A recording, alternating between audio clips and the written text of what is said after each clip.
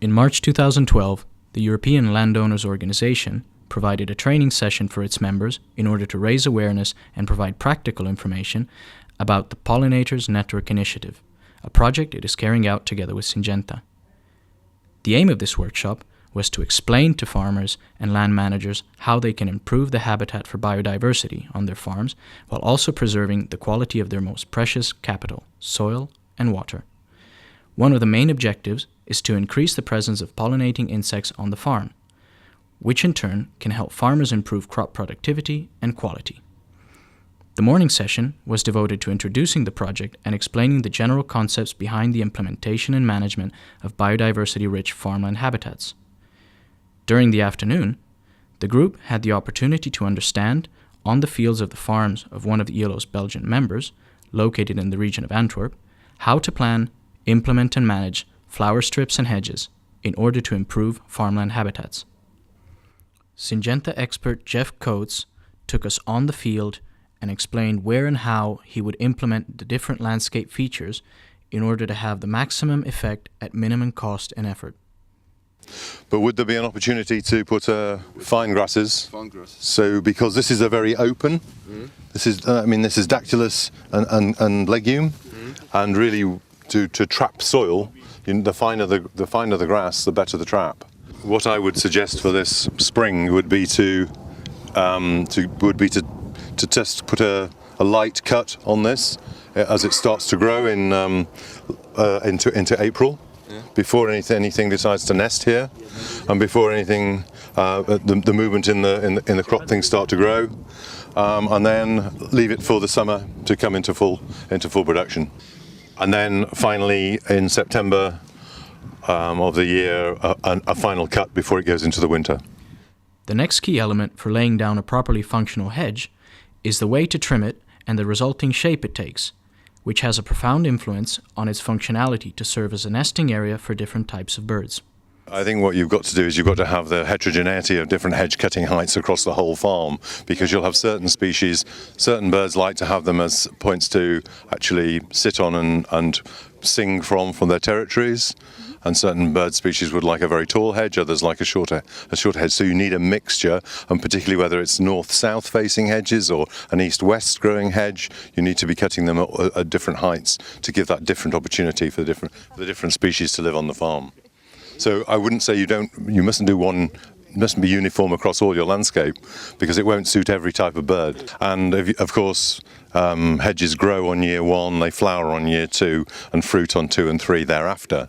And so we want to be building that into our cutting regime on our farm. We don't want to be making the place look very tidy and cut it every year, which might be pleasing to certain people's eyes, but it isn't any good for birds, because we're not getting any fruit, and we're reducing the cover in the hedge as well. If we tend to put it with a flat-topped hedge, and some people do that, it allows the corvids to the crow to walk along the top and look down into the hedge, and so they can get a supply of easy eggs to be picked up from the small birds that are nesting there. So if you can shape it to an A with a broad base, that would be an ideal. That would be my recommendations for managing that hedge. The discussion then moved on to the implementation and management of pollinator strips. I think experience would say that one would start into a new habitat, a new strip, rather than, because working into grass is always a difficult establishment. Okay. So I would always recommend either taking the old grass out and renewing it, putting it from scratch. Yes, absolutely. Some recommendations were given on the size of strips to use for this type of practice. We always say a minimum of 2 meters, no smaller than 2 meters. No smaller than 2 meters. Then it can be multiples of whatever your drill on the farm has. If the farm has a 3 meter, 4, 6, 8 meter drill, it can be a multiple of those. And a lot will depend on your agri-environment schemes as well, what they stipulate, and we must abide by those. Establishing different types of grass and grass mixtures in your pollinator strip will provide a variety of different habitats according to the target animal species and the specific on-farm conditions. That deer lawn mixture that we were talking about this morning, which is basically a number of grasses plus some herb-rich perennial mixtures in there, and that would be perfect for roe deer, to bring roe deer onto the farm, and could be sown instead of a tussocky grass mixture against the side of a hedge. It would be another substitute for that. And you could actually add a flower element to some of these habitats. It was my first comment this morning in my presentation that flower is missing from such a habitat as this. And you commented it was a green desert when we came. There are a number of other options you could look at. I mean, there is obviously you're using mustard. Phacelia is another option, provided you can get that established early enough. Things like Samphoin onybricus. Samphoin is it's another soil conditioner. It would hold. It's another catch crop. It's another opportunity to put some nitrogen and some.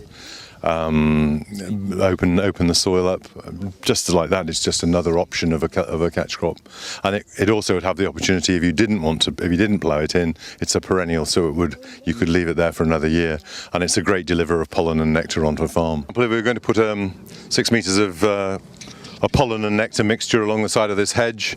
We would obviously need to be, first of all.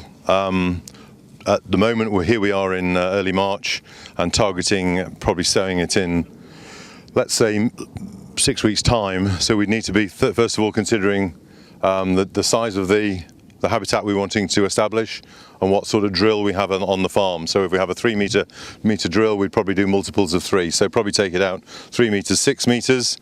And then we'd have to actually allow this just to start, put another green blade on, probably have 5 green blades on this grass we're standing in, and then spray that off with glyphosate.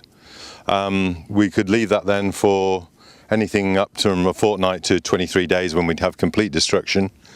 And then we would need to be considering how we were going to turn this into a seed bed. And when you're looking at old established grassland like this, inversion would be the best method, because you have a very difficult sward in which to break down. So we'd need to actually invert that. So we'd plough to 6 meters, plough 6 meters of it. And then hopefully with it right up there, we would be able to create with a cultivator, either rotavator or power harrow, we'd break that down, or a light set of discs, create a seed bed, and then middle to late April we'd sow our mixture onto the top of it. And finally, always into that situation to prevent movement of soil or wind blow, ring roll. That's a Cambridge roll. That's a serrated roll to the final operation of putting that to bed. You'd cut that then probably in, cut the whole thing possibly in late 8 weeks from then, late June, early July, depending on the season, and then finally again in September. And if you could remove the cuttings, that would be all the better. And then next year it would be away, and you've probably got 15, 20 years of growth there with just an autumn cut necessary to keep that habitat in order. And that will do everything. That'll bring farmland birds. It'll bring invertebrates. It'll bring bees, pollinators, butterflies, carabid beetles. Everything will live in that sort of habitat. Brown hares will keep their leverets in it. Deer will graze it. It's a very multifunctional habitat, really. Besides giving instructions and recommendations, a good part of the on-farm training session was dedicated to discussing with the landowner current practices, obstacles and opportunities, and how these multifunctional strips can be best fitted in the current farming system.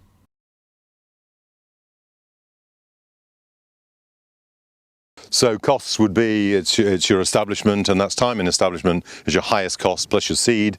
But if it's going to last for 10, 15, 25 years, really on an investment of a man on a tractor and a man on a drill and some spray, probably 70 to 100 pounds worth of investment there for your man and your spray, and then a day on a tractor 160, and then your seed 170, and then it's going to, if you break that down over a long period of time, it's almost negligible for the subsidy that you're going to get back in. The final option discussed was how pollinator strips can act as buffer zones between forests and the farmland. We really want to move to bring a number of different habitats close to the forest. So we would look actually at obviously leaving the bank here, in its present form. Then we have the road would act as a dry area for birds to dry out on. And then we'd move into the arable situation into the field. And again, we would go with our sandwich margin, and we'd start against the bank and using the natural feature as a potential nesting and overwintering site, again with a tussocky grass type mixture. So a Dactylus, Timothy, Coxfooty type mix of about 2 meters, and then build on that as what we wanted to build as our sandwich margin. We would go with another perennial mixture next to it of flower and grass, then clover, and then if we wanted to do and go to the ultimate would be maybe a wild bird seed mix against that. But the outer edge has to be annual, so you can manage that and move it per year, and then you come progressively towards the living feature, this bank, as perennial mixtures that would be permanent and would stay indefinitely. This workshop and field trip presented the ideal opportunity for ELO members to learn the theory behind the Pollinator Network Initiative and to understand what it means in practice to establish and manage the elements forming multifunctional landscapes, in other words, hedges and pollinator strips. Also, the invaluable experience and assistance of Syngenta expert Jeff Coates contributed to clearly explain the ecological and economic value of practicing a responsible land management.